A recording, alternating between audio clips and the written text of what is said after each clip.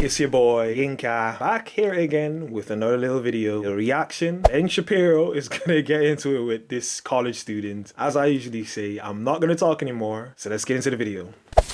Do you come from Holocaust survivors, or are you a Jewish family that didn't? So my great-great-grandparents arrived here.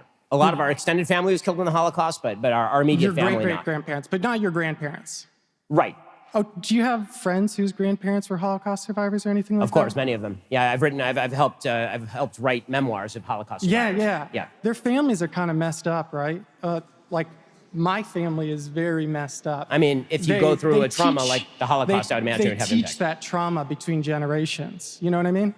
Well, I mean, trauma very often in a lot of circumstances is passed down. I mean, I know some kids of Holocaust survivors who turned out fantastic and some who didn't. I mean, that's Yeah. Okay, so you are officially woke. That is what wokeness is about.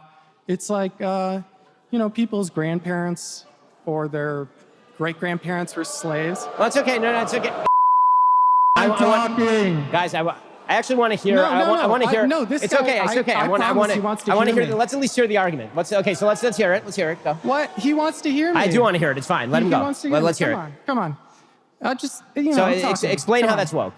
So, I mean, why do these students or these type of people, we all know which type of people I'm talking about, have these weird characteristics about them? I don't know what it is. I believe it's the water that they're drinking or something that they're eating. Maybe it's just the social media that they're watching. Maybe that might be the case. But they just are always, there's something weird about them. But hey. The whole thing is like, let's see. So during Silent Calvin Coolidge's administration, do you know about like the Great Mississippi Flood back in the 1930s? I understand that American history is filled with racial evil. Yeah. And that causes some intergenerational trauma, which affects people's ability to be effective, things like that. Fine. So let me ask you a question. Yeah. Why? So if the idea is that history has consequences, of course that's true. That's not wokeness. Yeah. That is not wokeness. What wokeness suggests is that fundamental institutions in American society are so... Yes, it 100% does. I ran Elizabeth Warren's campaign. I helped organize her volunteers around here. I am a representative of wokeness. Okay, well, and that's just, this is all it is. Well, I mean, when I went to go get my first tattoo, the guy had lightning bolts and 88s tattooed on his neck. And as a Jewish person, that's really messed up. It's basically a threat. There are racist people who exist. The argument that you're making, and I'm going to close with this because this is going in weird directions, and I don't really want to... No, it's not going in a weird direction.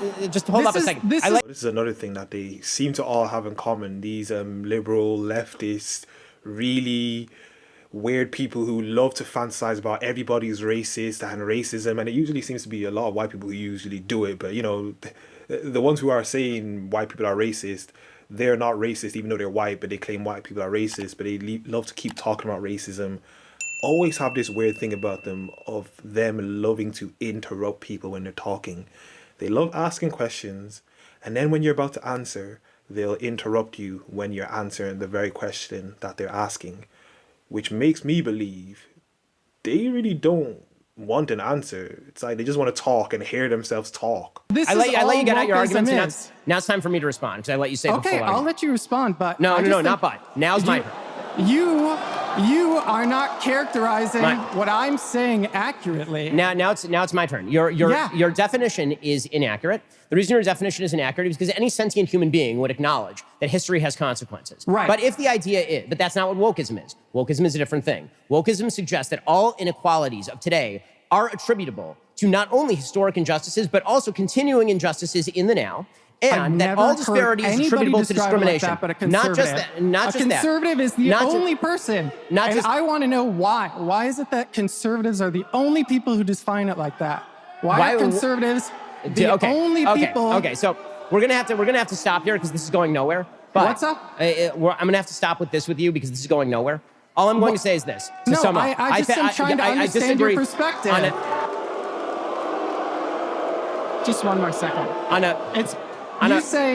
a fundamental level, you're shifting definitions to avoid the consequences of your own argument. And if the idea is, and final point, if you are going to, hold on. Of course, you try to use that argument. Of course, you use the argument and you use it so incorrect.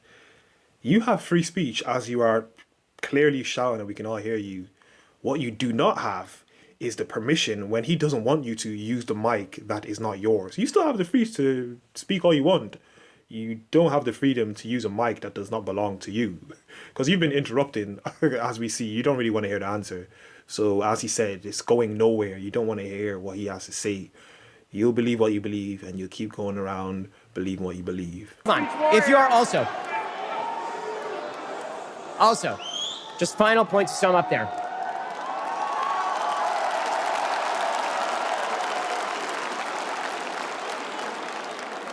Final point I don't know how I can follow that. Yeah, but, I just want to make, honestly, go ahead. I want to make one final point to sum up there. If the idea is that traumas of the past invariably bleed down into the present, that does not explain why certain groups that have been historically not only marginalized but slaughtered in mass genocide are some of the most successful groups in our society. So if the idea is,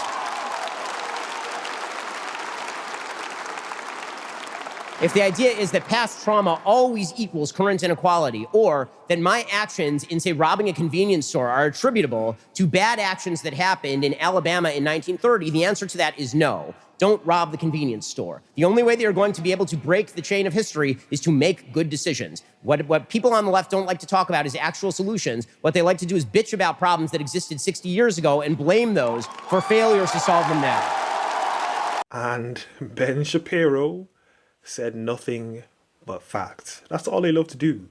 They don't want to come up with solutions. They just want to complain. They want to be victims, you know, running in the victim Olympics. I'm a victim. Oh, we're all oppressed. And because of something that happened 1 million years ago, I'm affected by it now. Even though there's other groups of people who have had the same, even worse atrocities that have happened to them and have overcame it. We have to be victims and our past is always going to affect us and we just can't get past it. Any solutions? No, we don't have any solutions. We're just going to keep complaining about it and do nothing about it.